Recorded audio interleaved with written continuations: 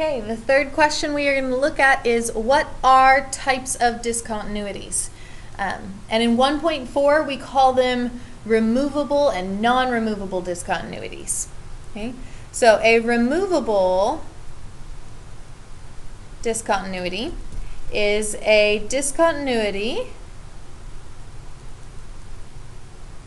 that, true to its name, can be removed through simplification.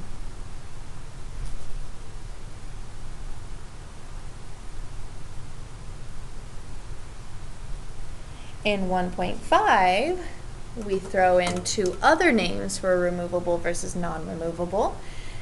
For removable, that name is one you're probably a little bit more familiar with, which is whole. Okay? So if you're asked to find a whole, you're going to approach finding a whole in the exact same way you approach finding removable discontinuities. A non-removable discontinuity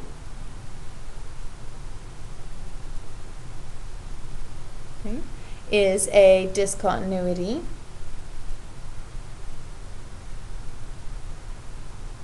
that remains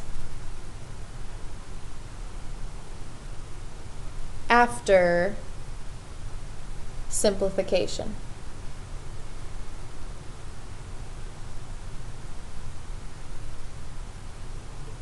And so again, in 1.4, we call that a non-removable discontinuity. In 1.5, we throw in another word that you're a little bit more familiar with, which is vertical asymptotes.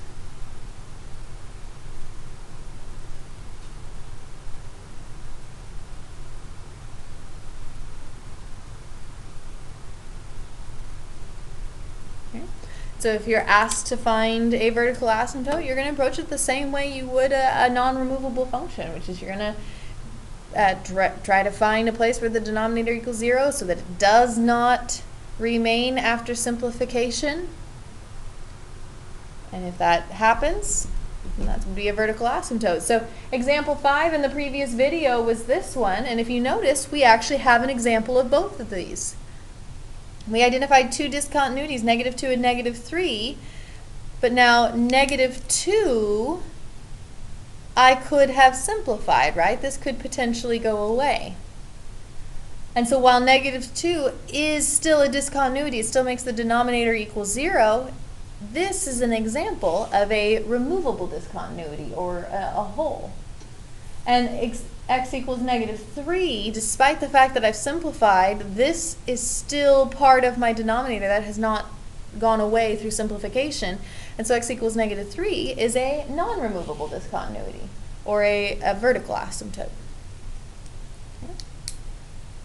So we're going to do a couple of examples related to this one. Example 1. I'm going to give you f of x equals, and let's do x plus 4 over 2x squared plus 9x plus 4. Okay? And so if my instruction was to find discontinuities, to find removable discontinuities, to find non-removable discontinuities, to find wholes, to find vertical asymptotes, kind of all those directions have the same initial setup, which is they all are concerned with where the denominator equals 0. 2x squared plus 9x plus 4. Okay? So, well, let me back up a sec. I did just throw in, just for the record, I said find discontinuities, and I said that's where the denominator equals 0. Remember that discontinuity also could potentially be where a break in the piecewise function is, like we did in the previous video. But for this particular function, there's no break in the piecewise, so we'd be concerned with where the denominator equals 0. Okay? So I'm going to go ahead and factor that denominator. Okay? Or again, you could do quadratic formula if you wanted to. But 2x squared only has one potential factor, 2x and x. And then I'm looking for two numbers that multiply to 8 and add to 9, which would be 1 and 8. And so I need to create that and then have my last to multiply to 4. So I need to create that through here, and so that would be plus 4 and plus 1.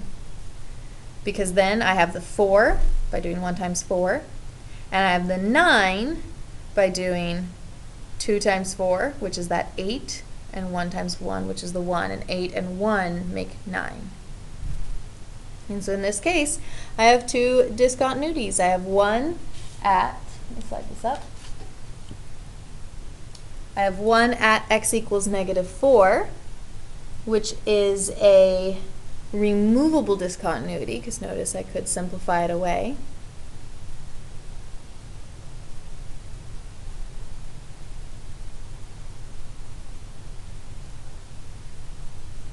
It's also called a whole. And I have x equals -1/2, which is a non-removable discontinuity.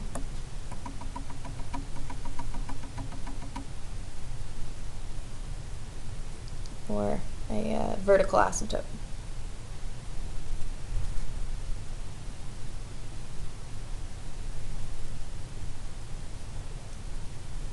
Okay.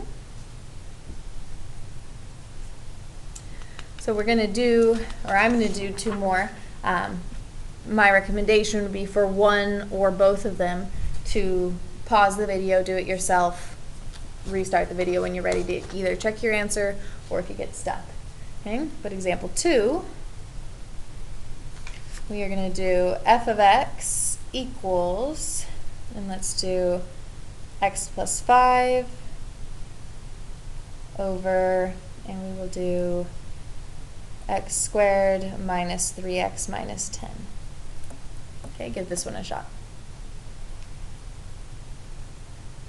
Okay, so where does the denominator equal 0? Well, I'm going to go ahead and factor that. Okay, this factors to x minus 5 and x plus 2. Okay, because we'd have the x squared, 2x and -5x make -3x, -5 times 2 makes -10. And so in this case, I still have two discontinuities, but notice they're both non-removable, right? Neither one goes away with the numerator. And so both x equals -2 and x equals 5 are non-removable discontinuities.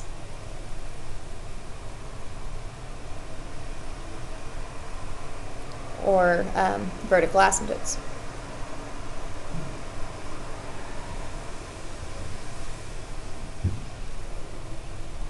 Okay, and then one more here, example 3. Let's go ahead and do f of x equals, and let's do secant x. And then I am going to go ahead and restrict the domain to things between 0 and 2 pi, including 0 and 2 pi. Give this one a shot.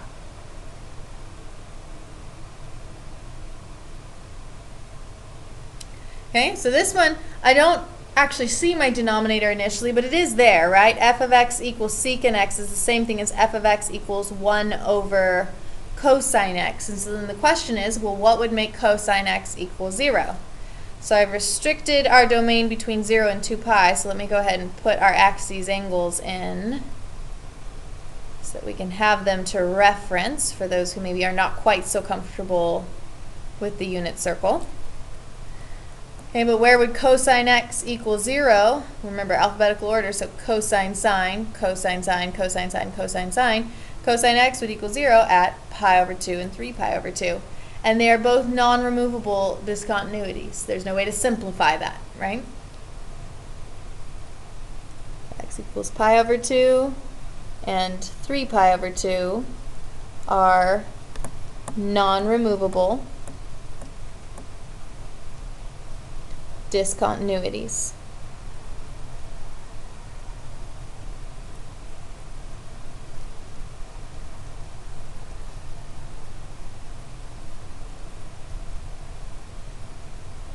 Okay, and there you go.